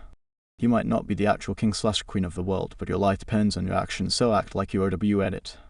Take your own decisions. Build your definition of everything. Think before you accept anything from society. Use the brain that God has blessed you with. Look within and find your true guidance. It's time you become the owner of your life. It's time you give a personalized touch to your life. And it starts now. Chapter 9, the action plan. You cannot build your dream life until you don't know what you don't like about your life right now. You want to change your life. Well, darling, everyone does. But the big question is why? Can you give me 2 reasons why you want to change your life? What is something you hate about yourself or your life that is itching you to change your life? If you cannot come up with 2 strong reasons, then all of this will just feel like a motivational speech to you which you will forget in the next 2 days. Without knowing what you want to change, what will you work towards to change? You need to sit down and make a conscious list of what are some of the things you don't like in yourself or your life. Knowing what needs to be changed is the first step toward your dream life. It's obvious that your dream life looks different than your current life. That's why we call it dream life, so ask yourself what is the difference between your dream life and your current life. Not only the professional difference, but dig deeper and analyze differences in each area of your life. When I say each area, I mean personal, professional, emotional, and mental state differences. When I say each area of your life, I mean what your dream day-to-day life looks like. It's not sudden magical one DIY thing. To be able to create your dream life one DIY, you will have to act like your dream version every day. Read that again until it sinks deep within your soul. Life doesn't change one day magically, you change how you live every day. So let me say it again, take a pause. Sit down at a quiet place. Take a piece of paper and write down 5 things that you don't like in your life right now. Whether it's your current job or your sleeping schedule. No one is coming to make that list for you. You need to do that for yourself today, or wait until you are 70 to regret the life you live. You cannot become the person of your dreams if you don't imagine what your dream version looks like and if you don't know what is wrong with your current version. And let me tell you a secret. It's okay to be harsh on yourself sometimes. Because extreme self-love can take you away from reality, you will start living in an imaginary bubble. We don't want that. We want to love who we are and be excited about who we are in the process of becoming. So be honest with yourself. Don't pretend that, oh, I am the perfect person and there's nothing wrong in my life. Nope, darling. That's toxic self-love. Your deeper inner self knows what you are capable of and how you are living less than your real potential. This gap creates self-loathing. And this gap can be filled by starting to become honest with ourselves. Be honest with yourself before you demand anything from others. Learn to be honest with yourself. Have the courage to accept that you were the one killing all your dreams. Stand tall against the lies your brain might want to throw at you. You will meet enough people in your life who will say one thing but their actions won't match. You will meet a lot of people who are going to lie to you. While you cannot control how others treat you, you can learn to be honest with yourself. Deep down, you always know what's best for you. You can sense when to leave a person because you are just being used. You realize when you did wrong and when you were wrong, yet just stay in your comfort zone and keep things as they are. Your brain will play tricks on you. You will make great excuses to convince yourself not to start working, give a person another chance, or keep eating junk food until Monday. That's because honesty with yourself is the toughest thing. You get to live your worst fears and are left with no option but to work to improve things. Yet honesty with yourself will make your life way more satisfying. You will be happy knowing you did what was best for you. That's where self-satisfaction starts. Step 1. The power of one thing. One of the biggest mistakes we make while trying to improve ourselves is that we focus on everything at once. We try to hit the gym every day, make a gratitude list every day, eat healthy every day, and the like. And focusing on everything at once drives us down to a level where we find ourselves giving up on everything and later accusing ourselves of being a failure. You cannot change everything at once. And if you try to, you will just burn yourself. You will make the journey toxic and suffocating for yourself. And even after working so hard, when you don't get results in any of the areas, you just give up on everything. And what does that do? It lowers your self-respect. You start thinking that you can never achieve anything good in life. The catch is to focus on one thing at a time. Why? Because changing one thing in your routine is easier. It easily sinks in. And when you start seeing the result in one area, not only do you feel happy, but your self-respect increases too. You get the confidence for trying to improve more things in your life. For example, in 2020, I resigned from my job in the hope that I will become a successful freelancer. I tried and failed. For months, I didn't get a single client. I was depressed and had no means to pay my bills. That was the time when all my college mates were earning great money, having vacations, and buying stuff with their own money. I was jealous, and I just wanted to prove to myself that I'm moving forward. So, I started writing on Medium, which is a platform for writers. I didn't have any hopes from Medium. I just wanted to prove to myself that I'm doing something asterisk at least. Asterisk, I had the goal of writing one article every day. 10 months later, I had 10,000 followers. And that wasn't enough. I received so much from my audience that it boosted my confidence. I started viewing myself as a love writer. I always believed in the power of words, but after receiving so much love on Medium, I started believing in the power of my words. And that's how I ended up writing my first book, The Wounds of My Words. It still feels like a dream. An illusion. If someone had told my 10-year-old version that I will be an author one day, my little version would have laughed. In fact, if someone had told me in 2020 that I will be an author one day, I would have become even more depressed that you are making fun of my situation. I didn't consider myself a good writer. But now, oh God, I cannot believe I am writing my second book. It all happened because I made one decision 2 years back. And it wasn't just a decision. It was an action. One action every day for 10 months transformed me from an underconfident writer to a loved author. I want you to do the same. Forget about big sudden changes. Forget the hope of magic. Take out the list you made earlier about what you don't like in your life right now and pick one big issue from that list. What do I mean by one big issue? Well, back in 2020, a lot of things were going wrong in my life. I wasn't in good shape. I had skin allergies all over my body. I didn't have any idea where my career was going. And all of it dragged my mental health down. See, you need to understand one important thing here. People will ask you to work on your mental health as if it's homework from your school teacher. Their mental health is a result of the current state of your life. If something is going wrong in your life, then mentally you will feel stressed, depressed, or anxious. The bigger the issue, the more stress you will feel. In my case, my career was my biggest concern. My second job was quite toxic and my boss used to yell at me every now and then. She used to say that I could never make it as a writer. I was doing the work of an intern there. And when I left my job in the hope of a brighter future just to find myself struggling to get clients, my boss's words started ringing in my head like an alarm. I started believing her words as truth. I started questioning my worth. And all of it made me depressed. After reading over 200 books, if there is anything that I have understood, it's action is the cure of almost everything. So, I decided to jump on Medium. Now, you know how the rest of it goes. You will find a lot of flaws in how you are living today. There might be a bunch of things that you don't like about your life at the moment. But you need to understand that you are not a magician. You cannot make everything work at once. You need to become an essentialist here. Choose the one biggest issue you are facing in your life right now. What is that one thing which keeps pulling you down? What is that one area of your life that makes you feel anxious and stressed? What is that one aspect of your life that makes you feel stuck in one place? Identify that one big issue. In fact, this one big issue can be the reason why you don't like to be alone. You know that as soon as you're alone, your mind will send you notifications of what's wrong in your life. You know that when you are with yourself with nothing to do, your mind will pull you back reminding you that your life sucks. You will feel the itch to change and improve everything at once. But remember that you are a human. You cannot focus on multiple things at once with similar efficiency. When you are focused on improving one thing, not only it becomes easier to measure your performance, but you also feel excited. You don't feel the pressure of changing your world in one day. Now, I would suggest you close the book for a while and take some time to identify that one big issue because next, we will discuss how you can work on that one area. Step 2. One big action. After deciding which area of your life needs more attention, it's time to take action. But the question is where to start. Most people make the mistake of randomly starting out of motivation and by the next week, they feel clueless. It used to happen to me all the time. In the past, I tried to adopt a healthier lifestyle. I would feel motivated and decide, you know what, I'm going to become healthier this year. Well, in less than a week, I would find myself stuffing fries and pizza in my mouth whilst watching a hot romantic movie on Netflix. But as I shared earlier, when I started writing on Medium, I had just one goal.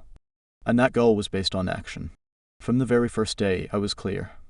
I even wrote this on my WhatsApp group where only I am added. It's a great hack. Make a group only for yourself and send yourself messages. Messages that you would like to receive from others. Messages that you can send to your current self to calm down and think straight, or maybe a few things as a reminder that my goal is to write one article every day.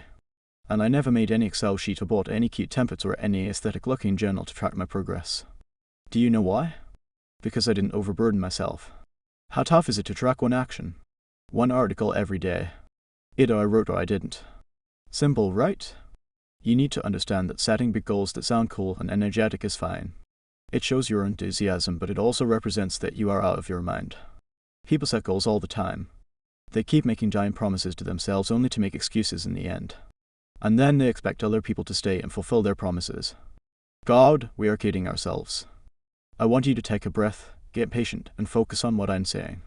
This one thing will seriously change the way you look at your goals and your working system. Instead of setting vague goals, focus on setting action goals. What are action goals? Action goals mean you know what you will be doing to achieve your dream life. Action goal defines clear-cut what you are supposed to do every day to get one step closer to your destination. When I set an action goal, I made it clear that my target is to write, which is an action every day, which defines how often am I supposed to take the action. Now, it's your turn. Again, don't overwork yourself. Take out a piece of paper and write in front of that big issue, one action goal. Yes, make it clear enough for yourself what's the one action you will perform every day to get closer to your destination. And then no matter what, do it. Step 3. Know your nature and sync your activities. One of the basic things about human nature is, the more you force yourself into doing something, the more you will feel low and depressed. Like it's imposed on you. In the past, whenever I had tried to follow great habits and cute-looking routines, I always failed. One of the habits that I always wanted to adopt was waking up at 5 a.m. I wholeheartedly believe there are tons of benefits to waking up early. I even read Robin Sharma's book The 5 a.m. Club, and hands down, what an amazing book. Then I also read The Miracle Morning, and it was a good book. I watched a lot of YouTube videos as well on how to wake up early and other creators' early morning routine just so I could learn to wake up early. But nothing worked for me. I tried and failed. Multiple times. My mom even calls me a sleeping beauty, though the big question was why. Why did I try so hard to wake up early? And not just that, I used to curse myself for sleeping till late. But then I came across the concept of the body clock that differs for each individual. In brief, your biological clock controls when you work the best. In simple words, not everyone is meant to be an early riser. Some people work best at night while others prefer the morning time. And after studying more about the concept in my own body, I realized that I'm not an early riser. I work best during the night. I feel most creative at night time. And if my goal was to get as much as done, then why the hell was I forcing myself to wake up early? Now that I know when I work best, instead of cursing myself to follow the most followed routine by everyone else, I work when I feel like it. Now, why am I telling you this? The thing is, everyone starts self-improvement projects. Everyone sets goals. But the majority of them give up. I used to give up as well. And I am sure in the past you must have given up on your goals as well. Why? Because it starts feeling like a punishment after a few days. Initially, when we are working on the dose of motivation, it feels good. But as soon as motivation evaporates, we give up. It feels exhausting, not exciting. All of it is because everyone is different and everyone likes to work differently. If you force yourself to apply someone else's solutions, you will lose the grip on your own life. Working on our goals should be fun and exciting, not exhausting. Now, to make it fun, we need to allow ourselves to be flexible, to free ourselves from traditional methods of achieving goals. You need to dig in and find out how you like to work and what time you work the best. You must feel empowered whenever you take action on your goals. One of my goals for 2023 is to focus on my journey as an author. My big action goal was to write 10 pages every day. I don't sit down to write first thing in the morning as most people recommend. Because in my opinion, you cannot write if you don't want to. Writing, to me, is not about a routine but music to my heart. You cannot force yourself to listen to music. So instead of forcing myself to write first thing in the morning, I write whenever I feel like it. That's how it's more fun to me. Another example from my life would be, I always wanted to stay fit. I used to set the target of hitting the gym every day and imagine myself getting in shape. But it never lasted for more than a week or two. So this year, I set the goal to move my body every day, but how I do it is on me, not on what is cool and famous. I sometimes prefer to dance and do yoga, while other times, I just wake up early and go cycling for 10 minutes 12 km. That's how I want to work. Do you see the difference? I am moving towards my goals every day, but in a way I want. I am not forcing myself to do a certain thing in a certain way. It's my life. And I will achieve my goals in ways I prefer comfortable in. And I would suggest you do the same. Instead of making things a burden for you, make things fun. Shake it up a bit. Focus on what you would like to do today and how can you make even the mundane things fun. The point is you don't remain the same. You evolve. Your preference changes and your working style changes. And what worked for you yesterday may not work for you tomorrow. Now go ahead and summarize this chapter to set your actionable goals for yourself and start your self-improvement streak today. Chapter 10. Make your alone time addictive. Why do you love to spend time with people you love while hate being around certain people? Because time flies with the people you love and the people who love you. They make their presence addictive for you. They share so much love, compassion, laughter and secrets, and hugs that you look forward to these things, don't you? And when you are not with them, you miss all these sweet little things. Similarly, you don't like being around certain people because, with them, time becomes the devil. They don't get you. They have nothing to offer you, no love or any similar interest. If you didn't get what I'm trying to say here, let me put it straightforwardly. The reason you don't like spending time with yourself is that your relationship with yourself falls into the second category. You have nothing to offer yourself, no love or no joy. As I shared, when I came back to my hometown, my school friends didn't want to keep in touch with me. However, now they message me to ask me if I would like to hang out. I don't know what changed. But now, I don't want to go with them. I feel so comfortable and happy and peaceful at my home doing my own stuff that I don't have any interest in becoming someone's doll. Old Renuka would have gone, but not me. Why? Because I have more interesting things to do. I have created other ways to entertain myself. I have transformed my alone time from miserable to addictive. And I want you to do something similar as well. How? Let's discuss that. 1. Create multiple sources of joy. There are a lot of wishes that are buried in your heart. Things that you always wanted to try but you never get the time for. Any specific hobby or skill that you wanted to adopt but you never had free time, except you always had an abundance of time to scroll through social media or watch Netflix on loop. You just didn't have the time to do what your heart carved. As children, we were so excited to try new things or play new games without worrying about perfection or productivity. But as we started becoming an adult, a load of responsibility, the burden of becoming successful, and the need to prove our worth eliminated every single joy from our lives.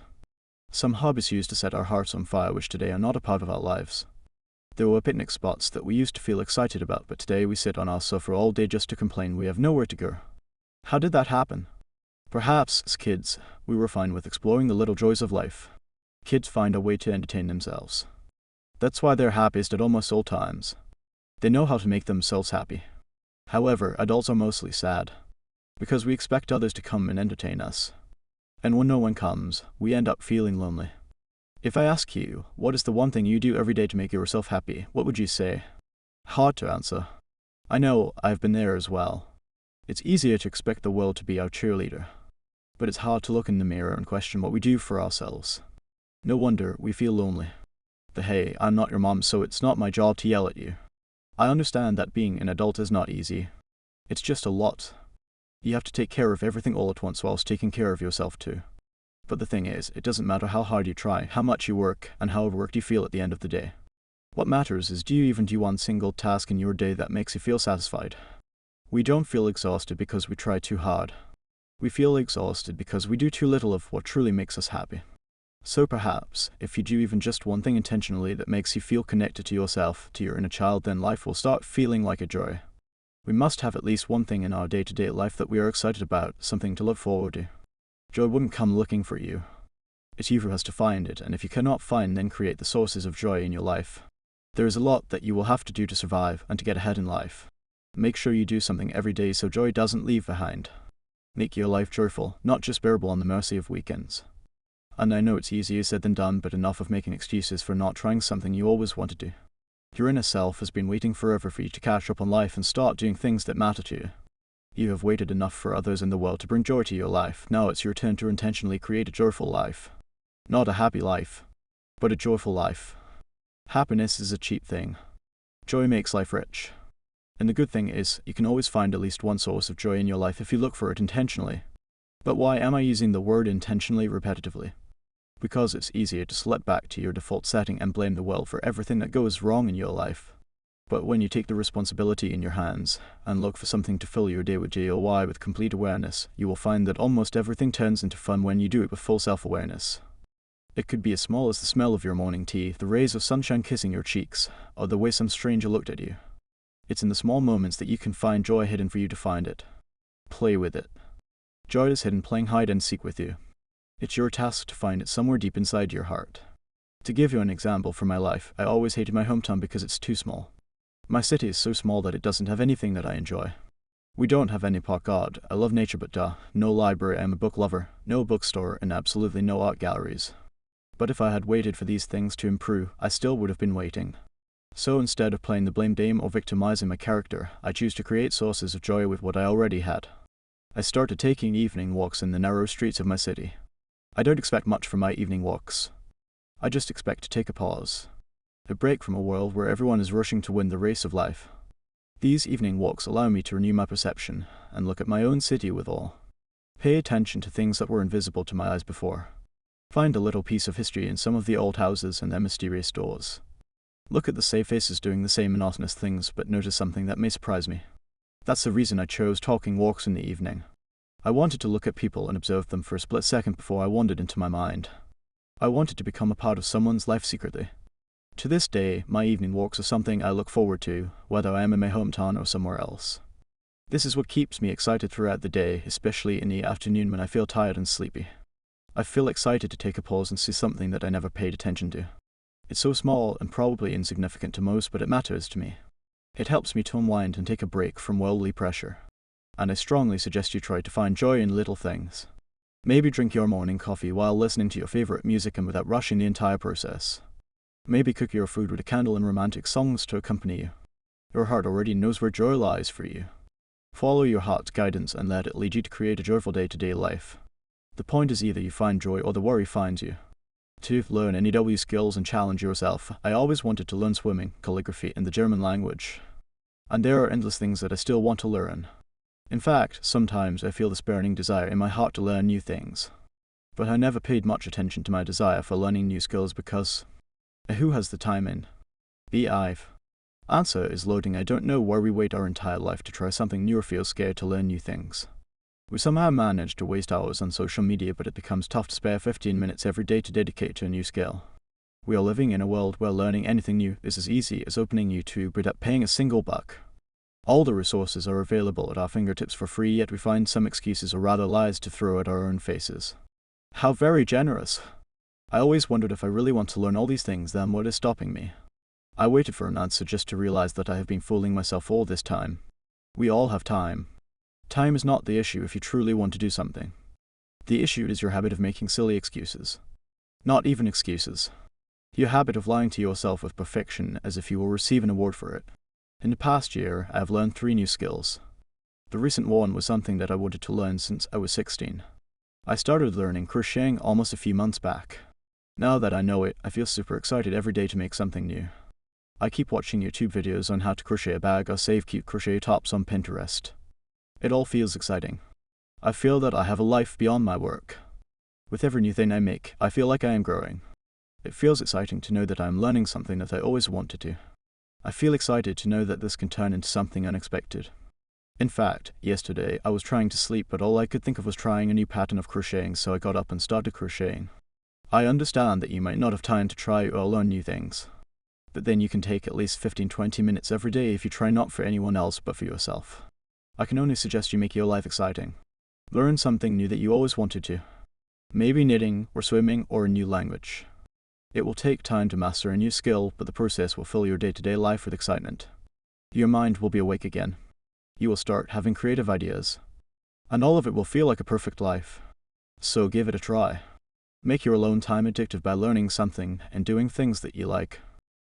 Try something that you always wanted to do. Ask yourself what you wanted to learn but you never gave your own interest enough attention. Is it dancing? Or learning a new language? Whatever it is, just focus on learning it. Make your alone time equals your growth time. 3. Feed your brain with knowledge. Do you know what's the most pathetic lie told to us? We are manipulated into believing that studying is boring, and people who read books and constantly are in search of learning something new are geeks. Most movies, books, and series paint this idea in our brain that if you are in your 20s, live wildly, get drunk, do stupid things, and blah blah. The media and entertainment industry have successfully created a belief in our minds that those who study hard at school/college are stupid weird kids who have no means to enjoy life. This is happening intentionally. This whole system is designed carefully. It's not random that most people prefer to get drunk on weekends instead of sitting down with a book in a nice park or library. It's not random. It's designed to make us mentally weak so that we stay a follower, not a leader. And to top it all, the education system in every country is designed in such a way that we are bound to hate books. Isn't it pathetic how every student is supposed to be good at every subject that some authorities chose for us years ago? And we all are supposed to study hard and prove our intelligence based on our scores in subjects that were forced on us. No wonder why people hate books. But do you know what's the good thing? The good thing is you are not in school anymore, I hope, and even if you are in school/college, you can still take the responsibility to feed your brain with the knowledge that you think is important to win big in real life. School and that strict system are over, and as we discussed, you are on your own. You can choose to read the books that make you feel excited and help you grow in life. When my college came to an end, I promised myself that I will never read a book ever again in my life until I am forced to. I simply hated books. In all 3 years of my college life and countless years of school, I never found anything worth applying in real life. My degree didn't offer a good job, so what was the use? Books are boring. Why would anyone read them? Oh wait, that's old Venuka talking. In 2020, I read my first book. Yes, during lockdown.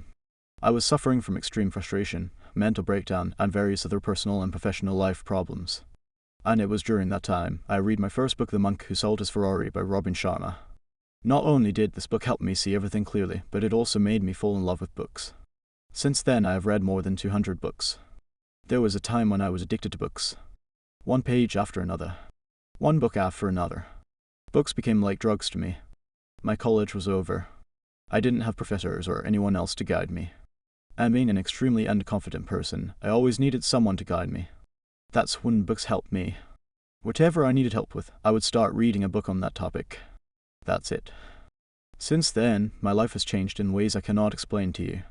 And as cliché as it may sound, books are powerful and words hold the power to change your entire life. I have lived that quote. My life is the epitome of this one quote. Books have transformed me. Books help me understand myself and the world. Books help me feed my brain with the knowledge and wisdom of those who have experienced more than me in life. Books helped me learn from the mistakes of others and learn to be kind and empathetic. Books made me smarter. Books fueled the air of wisdom in me, and with every exhale, I became confident and more successful in life. Books are not boring. Books are magical. They hold the power to transform you into your dream version. And most importantly, books are our best friend. They don't leave you like people do. If you read a book, its knowledge is going to be with you forever, and during the time of need, it will guide you. That's what you expect from a friend, don't you? You want your best friend to be honest with you. Well, books are honest with you. They show you the mirror while helping you become better at the same time. During the times when I needed someone to guide me, I found the wisdom of books to guide me in every aspect of life. Stop letting the media fool you. Books are more interesting than you can imagine. Read books of every genre. If you want to learn to live a better life, read self-help books. If you want to learn how to think better, read great philosophers.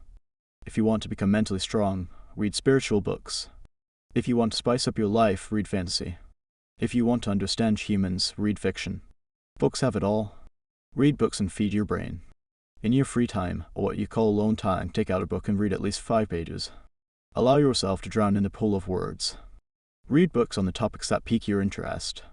Read books written by your industry expert and learn what they have learned after spending decades working. Read books written by people who inspire you and make yourself a tiny part of them by consuming their words. Enough of excuses and drama. You have got so much to look forward to. So much to grow and learn. And books are the easiest way to learn and grow in life.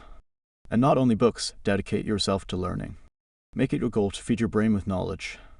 If not books, then go ahead and listen to the podcasts and speeches by your favorite people. Listen to the TED Talk of the people who inspire you. If there is any topic that piques your curiosity, don't let it die a slow death in your mind. Get up and search about that topic on the internet. Go on YouTube or Masterclass. The point is to feed your brain with knowledge, not garbage. You don't have the time to complain about how people left you. There is so much out there that you need to learn. There are so many topics and books that will make you feel a little more alive. Dedicate your time to that. Fun exercise to make it a little fun. Create a separate folder on your laptop/mobile or buy a separate notebook for everything you learn on your own. Give this folder or notebook the name Feeding My Mind. Add every little thing you learn in this notebook. If you listen to a podcast/TED Talk, add the summary of it, even if just the bullet points. If there is a topic that you would like to search about, write the topic and schedule a date with your brain and spend time learning about the topic/concept. If you read a book, write everything you learned and everything you would want to implement in your life. If there is a person who inspires you, create a profile of that person in your notebook. Write the name of the person, add his or her picture, and then write everything you learned about this person. Let this notebook or separate folder be the symbol of your first step toward your transformation. Let this book define that you are ready to grow in life and build your best version. In the end, I would say, don't let time slip from your hands. Educate yourself, train yourself, and most of all, have fun with yourself. Chapter 11. Become independent. I am an extremely fun and imaginative person. And I have a bad habit of leaving the sentences incomplete. What I wanted to say was, I am an extremely fun and imaginative person in my mind. I always imagined myself having FUM with my friends, especially when I started college. I guess I have always been like this. As soon as I make new friends, I would imagine myself enjoying myself with them, staying overnight, watching a movie together, exploring different cities, and all that stuff that probably makes me sound too desperate. I remember, when I started college, I had imagined that I would be meeting some amazing friends and we would go out to explore this new city every weekend, or maybe we will become a part of the same NGO and other tidbits from what I had learned from movies. But college was exactly the opposite. For the first few weeks, I wasn't even able to say hello to anyone without looking at my shoes because I was too shy and underconfident. And when I made friends, we used to stay in our rooms all the time because none of them ever wanted to go out and try anything new. Something similar happened when I came home after college. I thought I had time to build my career, and once I do that, I will travel to all the popular cities of my country, stay there for a few weeks and make some nice friends for a lifetime. I built my career and started traveling, which ended by covering just 2 cities. Do you know why? Because the reality wasn't as amazing as I had fantasized about it. Though what I've realized from my experience is that at all times we expect to have fun with other people. We imagine how we will go out for a party with our friends, and how we will go on a dinner date with our partner, and how we will go for a picnic with our family, and a few occasional brunch dates with our best friend. The problem emerges when our fascinating imagination doesn't match our reality. When people forget their brunch with you or cannot make time from their busy schedule to go partying with you, or if they don't like to do the same things for fun as you do. And other people are not to be blamed for this. Obviously, they cannot function as per your desires or mood. They have got a life too. It's not anyone's job to satisfy your desires or manifest your imagination into reality.